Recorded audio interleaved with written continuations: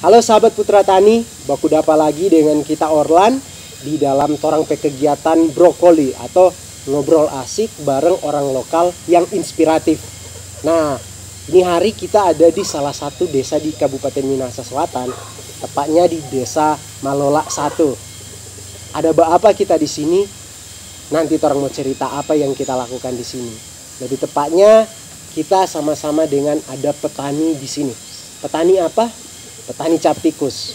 Nah, kan orang tahu kalau cap tikus itu ada banyak stigma negatif. Tetapi sebenarnya itu ada banyak kebaikan, lebih khusus for diape kebaikan for tu keluarga petani itu. Nah, sekarang orang sudah sama-sama dengan dua orang narasumber. Nanti masing-masing akan memperkenalkan diri sebagai petani cap tikus, dan ternyata di sini ada DP komunitas yang berjuang untuk petani-petani di daerah sini. Nah, mari torang sama-sama langsung Kang. Di sini ada dengan torang Bapak petani, Om petani. Dengan Bapak siapa? Boleh langsung perkenalkan diri. Nama saya Ober Yohanes Fangkey dari Desa Malola 1. Dan sejak dari awal saya belajar kerja, kemudian saya langsung memilih, saya mencintai pekerjaan ini karena saya merasa bahwa boleh membangun rumah tangga keluarga kami. Apa istimewanya? Siapa mesti batani cap tikus? Kenapa enggak kerja lain? Makanya saya bilang tadi ada begitu banyak pekerjaan yang saya tahu, tapi saya memilih pekerjaan ini karena saya pernah bercerita dengan orang tua. Dorang bilang ini pekerjaan adalah pekerjaan yang halal karena ini dirintis oleh orang-orang tua, bahkan dirintis oleh dotu-dotu kita. Sehingga ketika saya belajar pekerjaan ini, saya merasa rumah tangga kami, keluarga kami bisa dihidupkan dengan mata pencarian ini. Jadi yang saya mohon di sini, tolong perhatikan semua petani-petani cap tikus, terutama dari pemerintah, karena tidak sedikit keberhasilan orang cuma modal batifar atau bacap tikus yang punya anak sarjana, bahkan insinyur ada.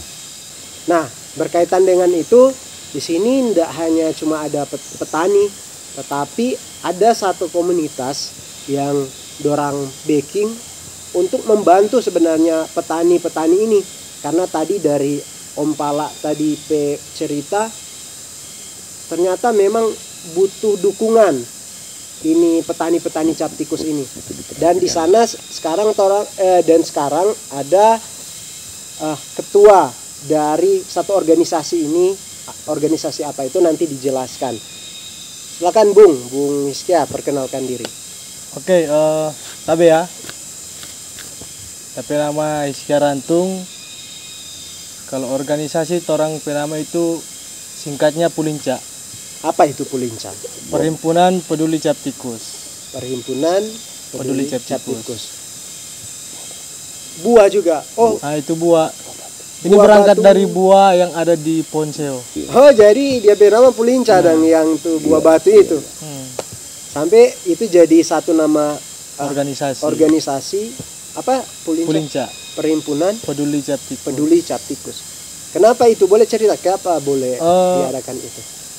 Perangkat dari aksi yang dilakukan oleh petani cap tikus, mahasiswa, dan elemen masyarakat pada 17 Maret 2022 lalu yang di Polres Minsel, di kantor bupati terkait dengan cap tikus, maka ada kepedulian dari seluruh elemen yang tergabung untuk membentuk suatu organisasi yang dapat mengakomodir aspirasi dari petani. Nah, untuk itu orang backing satu organisasi itu yang bernama Pulinca. Dan Pulinca juga ini bukan karena cuma ada cari begitu, tapi karena ada di Ponsel juga. Ini Pulinca ini. dia bertumbuh. Nah, kemudian Dia bertumbuh. organisasi ini memiliki tujuan yang jelas, yang dalam artinya memperjuangkan segala aspirasi, segala bentuk apa yang menjadi keresahan masyarakat, dalam hal ini petani cap tikus, untuk kiranya kami sebagai organisasi yang di dalamnya dapat memberikan aspirasi ke yang lebih atas, dalam hal ini pihak eksekutif, pihak legislatif, yang pemangku kebijakan lah begitu. Kurang lebih begitu. Nah, Bung Hizkia, ini bertepatan juga dengan Hari Pahlawan kan.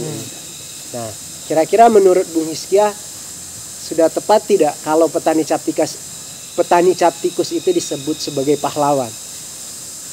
Kalau menurut kami sebagai Pulinca sangat tepat. Karena mengapa? Karena ada begitu banyak kontribusi cap tikus yang telah dilimpahkan atau diberikan terhadap bangsa, dalam hal ini daerah Sulawesi Utara, Minahasa Selatan, terlebih khusus yang ada di daerah Kecamatan Kumalembuai, Desa Mola 1. Karena mengapa demikian?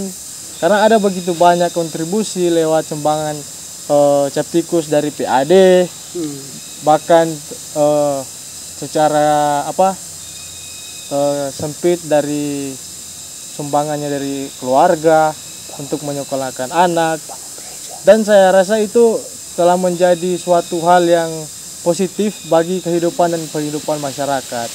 Apalagi di Minahasa khususnya sangat penting bagi orang Minahasa untuk memperkenalkan kearifan lokal cap tikus. Mengapa demikian? Karena ini merupakan identitas orang sebagai orang Minahasa.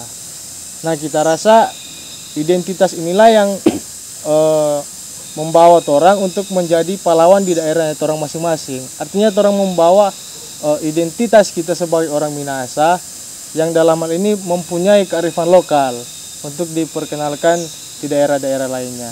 Gitu. Jadi intinya petani cap tikus ini bisa dikatakan pejuang ekonomi ya, karena lewat kegiatan ekonomi yang dilakukan boleh bersumbangsi terhadap ekonomi daerah. Iya. Terlebih khusus keluarga sendiri kan. Keluarga, gereja juga bisa. Sumbangan ke gereja juga, rumah ibadah. Rumah ibadah. Jadi ada banyak kan itu. Jadi sumbangsinya tidak secara sempit, cuma di keluarga, cuma for anak. Jadi luas. Boleh buka lapangan kerja lagi kan. Iya. Boleh kerjakan orang lain juga, bantu-bantu. Orang yang nggak punya kerja itu bisa dapat kerja di situ. Nah, ternyata memang jadi petani cap tikus itu sebenarnya luar biasa. Luar biasa karena sampai sekarang ini, dari dulu sampai sekarang ini Tuhan kasih anugerah untuk dikelola itu, Kang Om. Dan buktinya sampai sekarang itu boleh jadi orang kearifan lokal yang harus orang lestarikan, yang tetap orang harus dukung.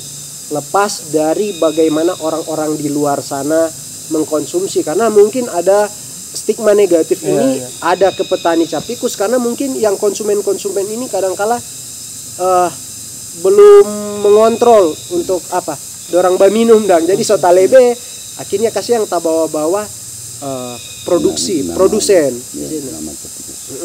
Jadi kalau harapan ke depan ini Umpala untuk petani cap tikus itu apa? Yang pertama begini, kalau masalah ada petugas yang coba-coba memusnahkan cap tikus ini, sangat disayangkan karena ini dirintis oleh dotu kita. Jadi barangkali sebenarnya bukan pengelola cap tikus yang disalahkan. Orang yang baminun tahu diri seringkali yang disalahkan atau yang dikekang petani cap tikus, sementara ya pelakunya yang sebenarnya ditindak toh. Jadi yang saya mohon kepada pemerintah, tolong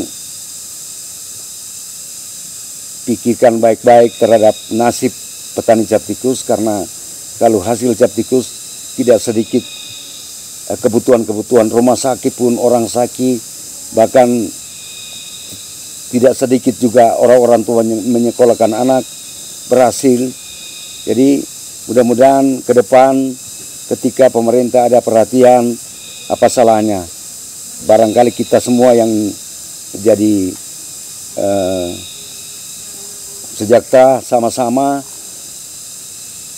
mudah-mudahan kalau cuma dengan